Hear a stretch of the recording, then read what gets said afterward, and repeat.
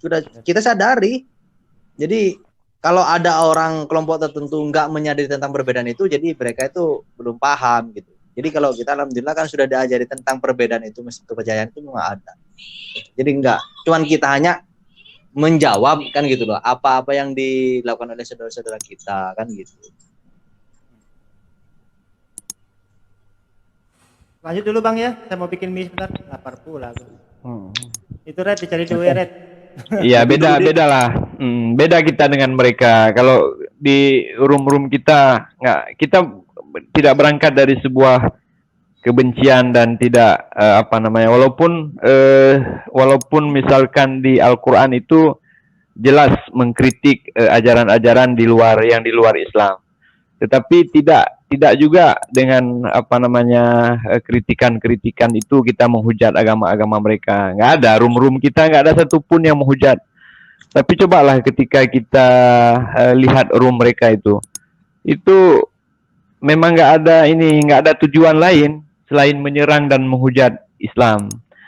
Room Pak Bom, room Sofiatul, Tamparagi dan sebagainya itu. Memang kerjaannya itu memang menghujat. Nah, bagi kita, saya pikir keberadaan mereka ini juga jadi bukti bahwa kebenaran Al-Qur'an itu nyata, Bang. Jadi apa yang diceritakan oleh Al-Qur'an itu terbukti semuanya bahwa ada umat ini, ada kitab ini, ada ajaran ini, kemudian ada orang-orang yang seperti ini yang kemudian terus nanti akan membenci kita. Itu semua diberitahukan di Al-Qur'an. Jadi dengan adanya mereka ini, saya pikir menambah keimanan, menambah keyakinan kita bahwa apa yang disampaikan oleh Al-Qur'an itu memang betul-betul terbukti. Nah, buktinya ini mereka ini jadi bukti dari apa yang diberitakan Al-Qur'an. Jadi memang kalau kita lihat perbandingannya itu, kita tidak ada kebencian. Saya jujur, demi Allah saya katakan bahwa ketika saya melihat atau memperhatikan kawan-kawan di luar Islam, sedikit pun tidak ada rasa benci. Sedikit pun tidak ada rasa benci, tidak ada rasa menganggap mereka itu jauh rendah di bawah kita. Nggak ada seperti itu. Tetapi cobalah kalau kita bandingkan dengan apa yang kemudian mereka lakukan terhadap kita. Mereka membenci, mereka memfitnah, mereka menghujat, kitab suci kita dibakar. Nggak pernah kita dapatkan ada orang Islam kemudian membakar Bible mereka itu, mempertontonkan bakar-bakar seperti yang dilakukan di Eropa itu. Nggak ada seperti itu. Karena kita pakai akal sehat. nggak ada gunanya membakar kitab suci orang. Yang ada hanya menimbulkan kebencian dari orang yang meyakini kitab suci itu. Tapi lihatlah apa yang mereka lakukan. Sampai ke Al-Qur'an dibakar. Masya Allah. Memang luar biasa memang. Mereka kan nggak sadar semakin Islam itu di apa ya istilahnya, mau dibenamkan, ternyata banyak orang yang percaya sama Islam kan gitu. Penasaran sama Islam, kenapa sih ini agama kok kayak gitu. Ternyata dicari sendiri banyak yang mu'alaf kan gitu. Sampai ada istilah Londonistan kan. Londonistan. Iya, betul. Nah, gitu. Jadi salah kalau kayak itu siapa yang bakar itu Quran? Rasmus apa ya? Paludan tuh. Menurut saya itu salah. Sekarang itu sudah nggak istilah model-model kayak gitu membungkam media, sudah nggak masuk. Kenapa? Media terlalu bebas sekarang itu. Orang bisa ngecek di rumah sambil tiduran. Ya kalau dulu belum ada internet, belum yang punya televisi atau yang mempunyai koran, yang mereka yang berbasis gini, yang punya pikiran kayak gini, mereka yang berkuasa. Sekarang enggak, mereka itu manusia sekarang itu sudah canggih lah. Jadi kalau ada yang model-model kayak itu, semakin mereka itu menunjukkan ketololan mereka gitu. Semakin mereka berbuat kayak gitu, bahkan orang-orang, saya yakin nggak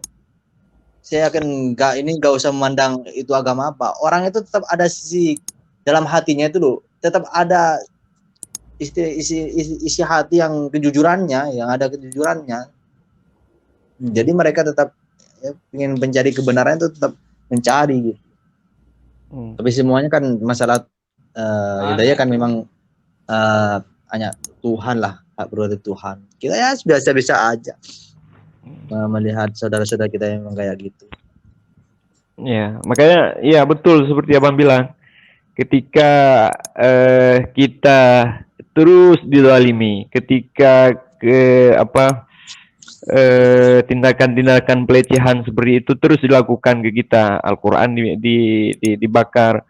Saya pikir memang betul. Itu kemudian akan membuat orang-orang di luar Islam berpikir kembali. Seperti kejadian itu yang bom di Amerika dulu itu kan.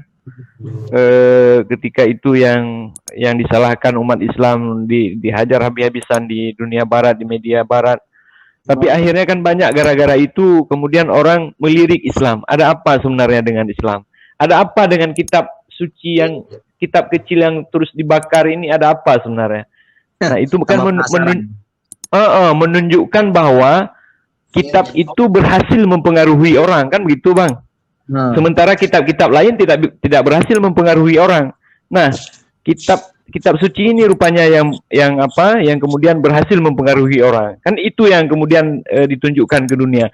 Sehingga orang-orang membaca, sehingga orang-orang kemudian mempelajari apa itu Al-Quran. Ketika mereka mempelajari Al-Quran, Masya Allah, banyak sekali hal-hal yang selama ini mereka pikirkan tentang ajaran Islam akan terbantahkan otomatis ketika mereka mempelajari Al-Quran. Mereka gembar-gemborkan Islam teroris, Islam penuh kekerasan, Islam tidak adil, Islam melakukan pelecehan terhadap perempuan. Ketika mereka baca, tidak satu pun ayat Al-Quran yang seperti yang mereka gambarkan selama ini. Nah, akhirnya banyak sekali. Alhamdulillah banyak sekali mu'alaf hampir tiap hari kan. Nah, jadi bagi kita nggak ada masalah. Mereka mau menyerang, mereka mau menghujat, silakan. Tapi ya kewajiban kita, saya pikir menjawab, mengcounter, sehingga orang-orang awam, misal di live chat begini, di media-media live begini, orang-orang awam yang informasi kebetulan belum sampai ke mereka, dengan adanya jawaban-jawaban, pencerahan-pencerahan dari ustaz-ustaz kita seperti ini, kan alhamdulillah jadi pemahamannya jadi lebih bagus, jadi tidak seperti yang mereka sampaikan. Jadi itu saja sebenarnya kewajiban kita. Istilahnya kalau kan yang biasanya mu'alaf itu mereka yang sudah berpikir kritis kan, sudah dalam dunia keduniaan mereka sudah memang banyak yang berhasil mencari ketenangan hidup. Jadi milihlah Islam. Jadi kalau diibaratkan kan yang lebih bahaya itu yang artinya adil itu apa ya? Itulah program Indomie-Indominya itu. Kalau di sosial media kan yang sudah biasa kan dia. Iya. Jadi sebenarnya dalam beragama itu di kita itu nggak ada masalah. Mau orang seluruh dunia ini beragama Kristen nggak ada masalah. Yang nggak ada masalah. Iya. Nggak ada masalah. Yang penting jangan ada orang yang menzalimi orang lain. Jangan ada orang yang mengejek orang lain. Jangan ada orang yang menghina orang lain. Itu saja sebenarnya. Jadi mau Kristen, mau Hindu, mau Buddha. Misalkan nih saya kasih contoh dulu. Ketika India itu dikuasai oleh Muslim. Jadi tidak dilakukan Islamisasi India itu secara barbar seperti yang dilakukan oleh para misionaris melalui penjajahan-penjajahan yang mereka lakukan. Tidak ada. Di India itu sampai hari ini masih mayoritas Hindu. Padahal sekian ratus tahun itu India dikuasai oleh Muslim. Nah, jadi tidak ada misi kita mau kemudian harus memaksa orang merubah keyakinannya ikut kita. Nggak ada. Yang ada, jangan ada orang di depan mata kita itu mendalimi orang lain atau mendalimi kita. Nah, itu yang tidak boleh dalam Islam. Oke, baik. Makanya kan gitu. Bang Treton ya. Bang Treton sapa dulu ya. Ini kita kedatangan Ustadz Kenama ya. Kita sapa dulu. Alhamdulillah, Masya Allah. Oke. Assalamualaikum warahmatullahi wabarakatuh, Ustadz Kenama. Waalaikumsalam warahmatullahi wabarakatuh. Assalamualaikum warahmatullahi wabarakatuh. Waalaikumsalam warahmatullahi wabarakatuh. Al-Mukarram. Apa kabar Mukarram? Bukan. Sehat-sehat semua, Bang Surat. Saya menjadikan Anda guru. Terus Nazar Toha ini siapa nih? Ustadku. Nazar.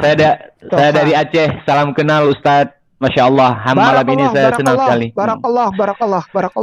Lalu ada Abang siapa yang digelandang ke surga? Lalu ada Bang Hendi. Bang Endi, barakallah. Semuanya di sinilah. Bang Tretan juga semuanya disayang Allah. Nggak cuma sebentar aja. Itu dipotong itu video saya itu. Yang di mana? Saya memang keseleo lidah itu yang ada katanya di ini saya berhenti di depan lagi ngobrol di depan Polsek Gunung Putri, terus ada WhatsApp biasa masuk katanya. Ya. Itu saya bilang Fiat Torino.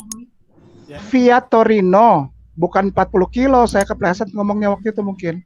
40 menitan itu dari Di channel Bang Vatikan, Aristo itu dari ya, Ustaz, Santo ya? Basilico. Santo Basilika. Ya.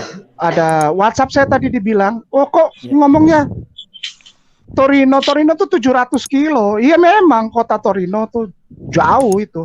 Tempat pabrik mobil Fiat itu jauh. Yang saya bilang itu di depannya ada saya bilang Fiat Torino. Coba ketik abangku sayang Ustadz Aditya. Baik. Oke, Atau siap. siapa? Fiat Oke. Torino. Ya. Oke, Red, tolong Red, ketik Red. Bukan kosong, Red. Abang Sure. Abang Sure yang ganteng. Monggo, Red. Mantap. Abang Sure tuh. Hai. Ustaz. Bakal Bali, bom-bom Iya, Bali. soalnya penipu-penipu. Enggak, lagian saya udah nggak butuh ya yang itu yang dulu saya nggak butuh. VIA Torino. P Bang Suret, P. P bukan F. Ya, VIA spasi Torino. VIA spasi Torino. Spasi. Torino. PIA spasi. Ya. Iya, betul. Spasi Torino. Enggak, maksud saya tuh kita lihat mapnya via Torino. Nah itu udah ada tuh via Torino. Ada jalan namanya via Torino di Roma itu. Itu tempat bisa ada kayak flat gitu di via Torino. Nah itu tambahin Ustadz ini via Torino tuh Basilika. Nanti map via Ya, Torino di Google kosong, spasi Red. tuh spasi Basilika. Enter. Berapa menit itu? 40-an itu. Map. Pakai Google Map aja, Red. Iya. Oke deh, tuh ya. Itu dia via Torino tuh Basilika. Sekitar 40-50 menit. Ya, begitu aja. Ya. Via Torino itu bukan di Turin, bukan di Torino, bukan. Via Torino. Saya bilang via Torino. Itu tempat tinggal itu. Numpang saya di situ. Ada kayak flat di situ. Via Torino.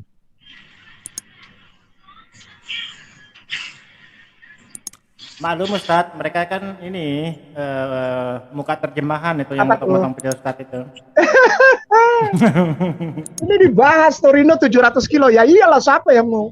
Oh, itu bisa kalau naik kereta aja bisa 6 jam itu. 800 ribuan itu. Dulu 700 ribuan. Saya mau ke situ, Red. Asik. Hey, mantap saudara. Mau ke situ, Dit. Via Torino. Jauh Turin. banget sih. Via Torino ke Santo Petrus lah. Santo Petrus Basilika. Itu jauh banget itu. Via Torino, Roma. Itu.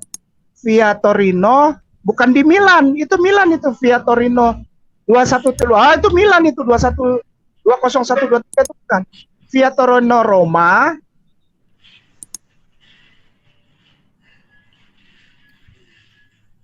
Roma. Tuh Basilika, tuh Santo Petrus Basilika lah. Itu cuman berapa? 40 menitan itu. Australia ini. Santo Petrus Santo. Basilika itu kan di Santo Petrus Basilika di Vatikan. Kalau bom-bom Ah, itu kesana cuma mungkin deket ini aja lah. Ustadz, Kalau bom ke sana Ya. naik konta dia mungkin. Kalau Papa mau ke sana naik konta.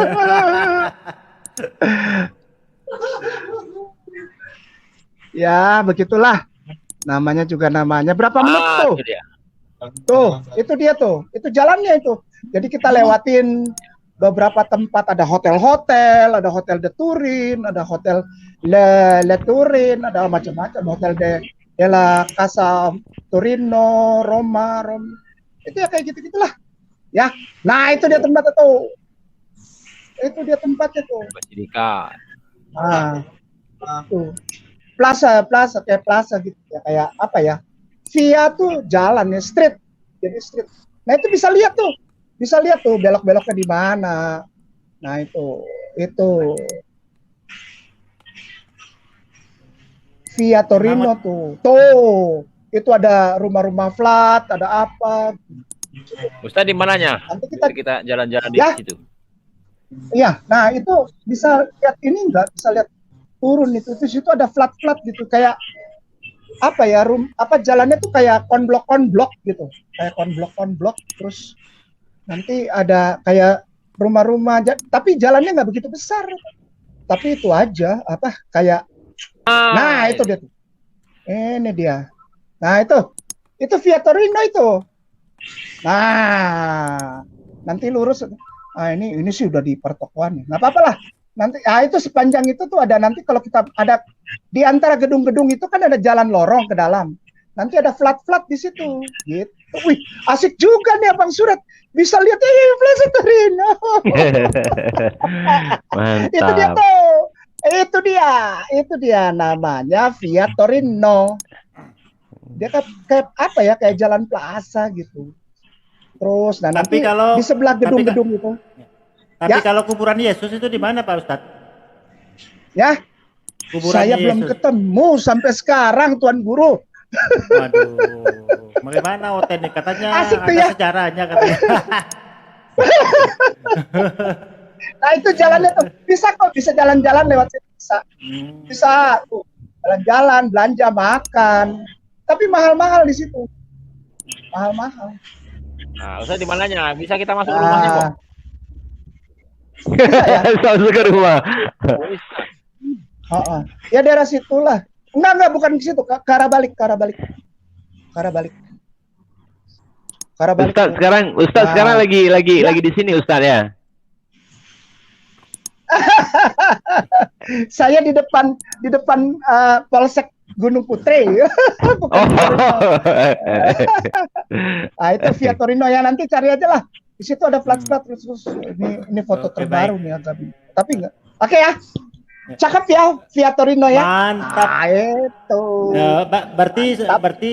Berarti gini Pak Ustadz. Oten bilang selama ini kan mereka ini selalu merujuk ke sejarah katanya kan. Tapi kalau kita tanya di mana sejarah makam Yesus, nggak ada gimana ya? Belum saya dapat jawaban dari mereka itu.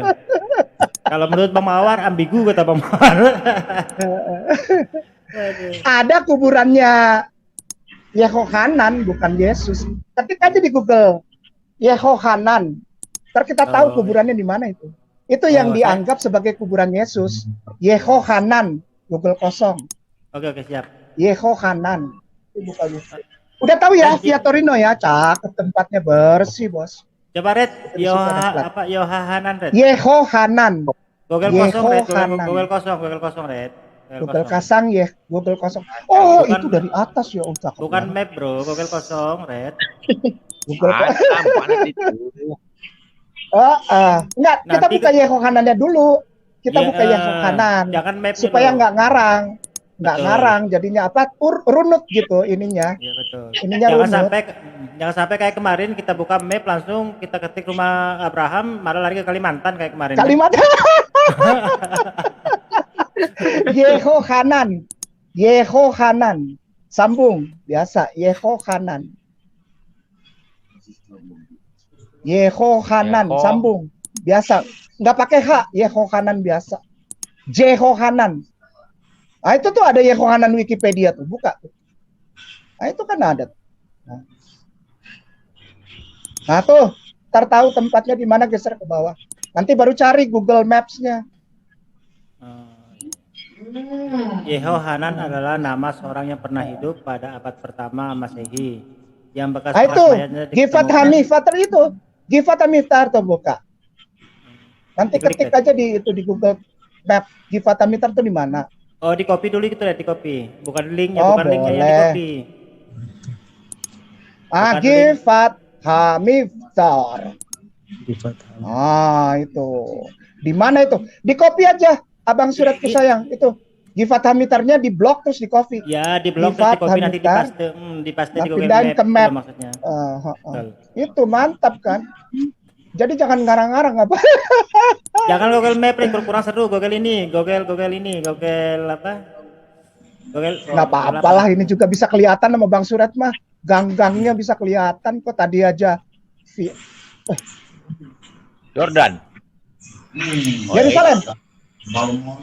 Betul. Bukan di Yunani ya? Bukan. Kejauhan Yunani itu ya. Tak, Itu Gifat tuh. Tuh Gifat. Tidak. Itu Gifat itu. Itu Gifat. Betul. Itu Gifat. Nah, itu dia di situlah. Abang Surat, aku sayang. Oh. Ah, Tapi itu Gifat tuh. Tapi bukan kuburan Yesus itu, Ustaz ya? Bukan, Yehohanan. Soalnya kan patokannya cuma paku doang, paku ditumit. Itu punya Yehohanan. Tuh. Nggak bisa ini, tapi kita nggak bisa turun. Nggak bisa turun. Oke lah, lagi kabut kali Bang Surat. Nggak, memang daerah Israel itu ini, Red, ada semacam ini di privasi. Oke, jadi sekarang bisa lihat ya, enak ya bisa lihat tempatnya. Tuh. Oke ya, semuanya. Pokoknya aku senang sekali malam ini. Kita bisa lihat lagi Via Torino, terus bisa lihat Gifat, bisa lihat tempat temukannya makam Yehohanan yang dipaku kakinya gitu. Yesusnya nggak ada, itu paku itu patokan. Ternyata itu bukan punya Yesus, paku itu punya Yehohanan. Gitu. Betul, Ustaz. Pada abad Makanya tahun 38 Masehi. Ya, kenapa? Makanya seandainya sejarahnya detail gitu, saya juga ingin tahu kan. Yesus kan pernah makan ikan goreng katanya, Ustaz. Yesus kan pernah makan ikan goreng gitu kan. Nah, kita mau telusuri sama Bang Surat kemarin. Nah, kita mau telusuri wajannya yang dipakai goreng itu. Kita mau ketemu. Minyaknya minyak bimoli katanya sama kata siapa? Kata Maluka ya. Luka. Oke ya, semuanya sehat-sehat ya. Sayangku semua para ustadzku di sini ya. Sehat-sehat bersama keluarga semuanya. Via Torino, ingetin itu. Ya, syukran. Barakallahu fikum. Assalamualaikum warahmatullahi wabarakatuh. Waalaikumsalam warahmatullahi wabarakatuh. Ayo Tenoten ini suka potong-potong video Ustadz ini, terutama Lidara ini. Udah nggak punya ilmu untuk membantah kajian beliau ya, materi beliau tuh mereka nggak bisa bantah. Ujung-ujungnya dibantah itu apa? Diserang pribadinya. Panas, panik mereka, Bang. Padat kali ya. Alah, minta mana foto Ustadz waktu di Israel? Lah, foto Yesus aja waktu di Israel kan nggak punya gitu loh.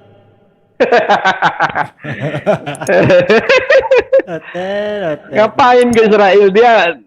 Aduh, kayak Israel itu jauh kali. Kalau kalian itu minta pengenalan untuk memperjelas ya, untuk memperjelas keberadaan Ustadz Kainama di Israel, seharusnya kalian itu udah ragu lah sama Yesus, karena dia nggak ada juga fotonya di Israel kan gitu. Jadi apa juga kejelasannya? Jadi kalau untuk meyakinkan kalian itu harus ada foto di tempat.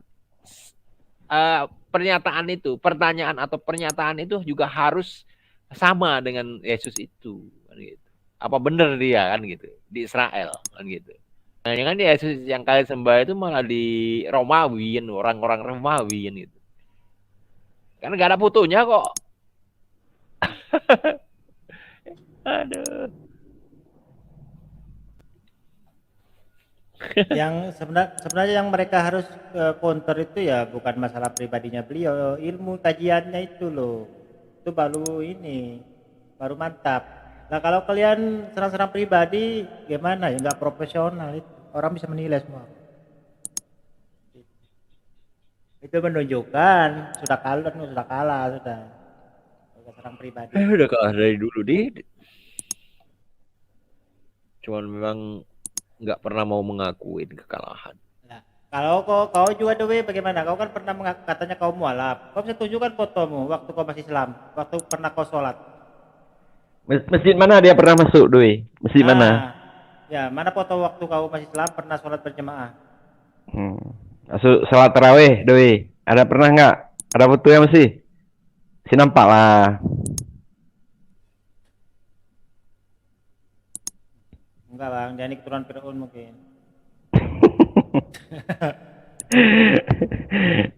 Doi. Noten. Ya, yang diserang pribadinya terus ya. Tengoklah. Memang nggak bisa dibantah memang. Makanya kata Ustadz Kenama itu kalau membahas kitab versi sebelah itu nggak boleh asumsi, harus data by data. Kalau asumsi habis. Makanya ya apa yang dibahas Ustadz Kenama nggak bisa dibantah. Mau dilapor gimana, wong referensinya orang.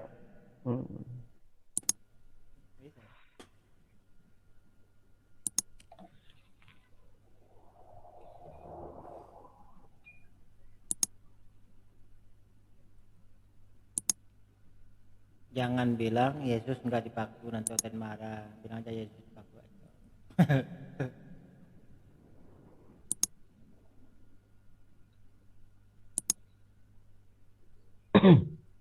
Red, ini Oten minta foto Yesus ini, Red.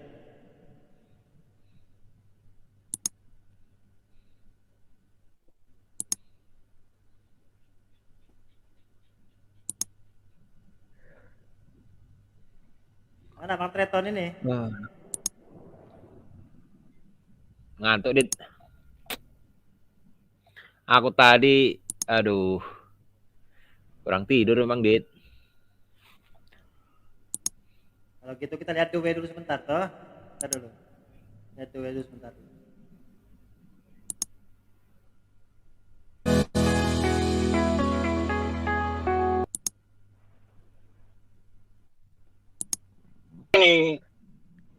Makanya susah kalian kalau anak sudah dijelasin masih ngoceh aja goblok. Wes angel.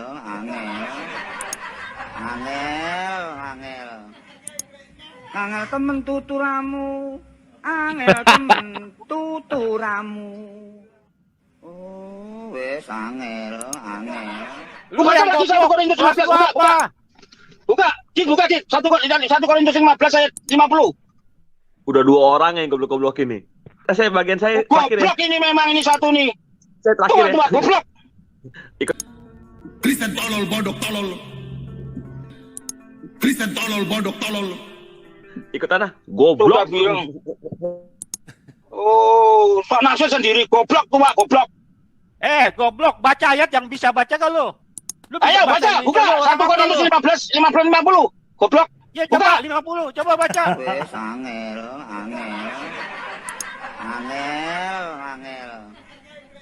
Angel temen tuturamu.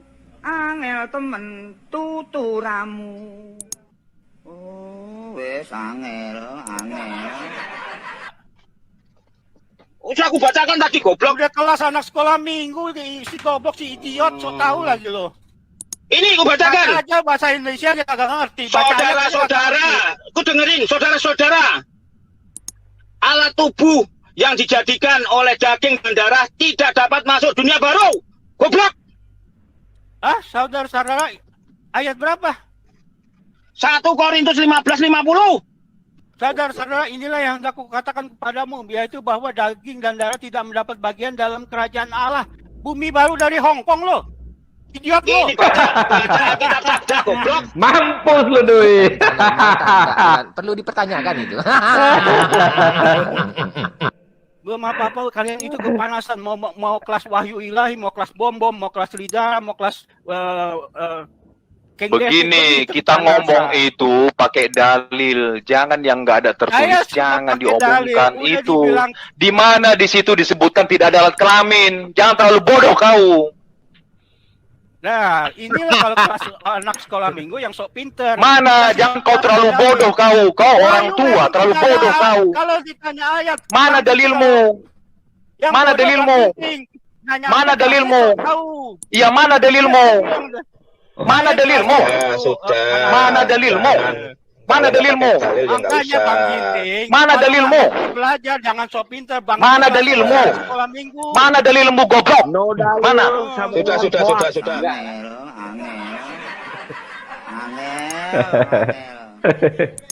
Angel temen tuturamu.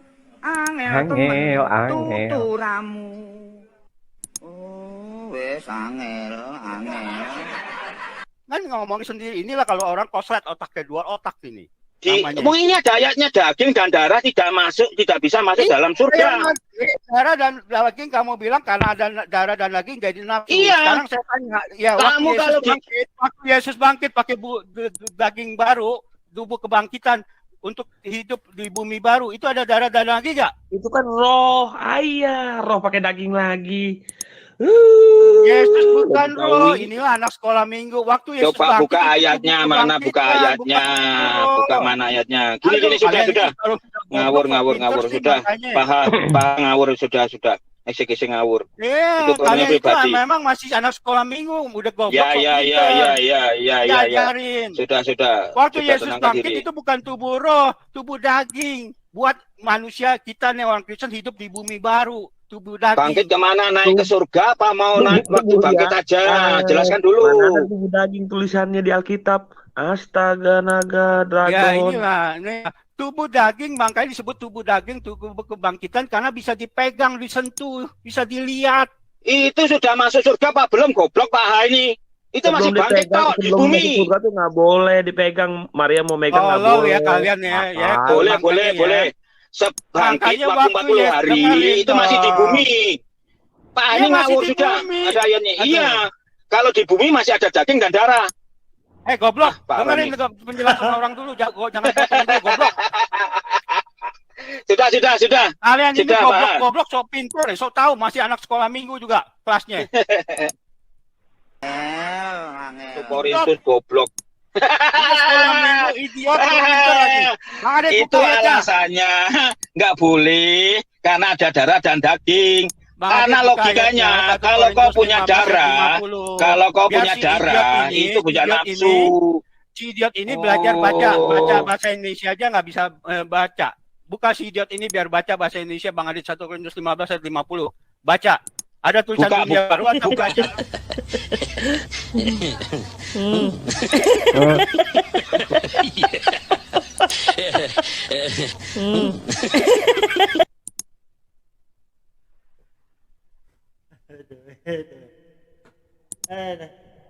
Ya Red, apa Red? Silakan Red. Tutup Red, silakan Red. Jam malam juga. Red. Masuk Red. Oke. Ya udah tutup aja lah. Oke sahabat sekalian, dengan tuk. Ya, tutup aja Bang. Saya tadi mau donor darah ya kan. Sampai sana dites darahnya malah darah saya kurang. Boro-boro katanya. Kesehatan. Oke sahabat, terima kasih. Assalamualaikum warahmatullahi wabarakatuh. Subhanakallah wa bihamdika, asyhadu an la ilaha illa anta, astaghfiruka wa atubu ilaik.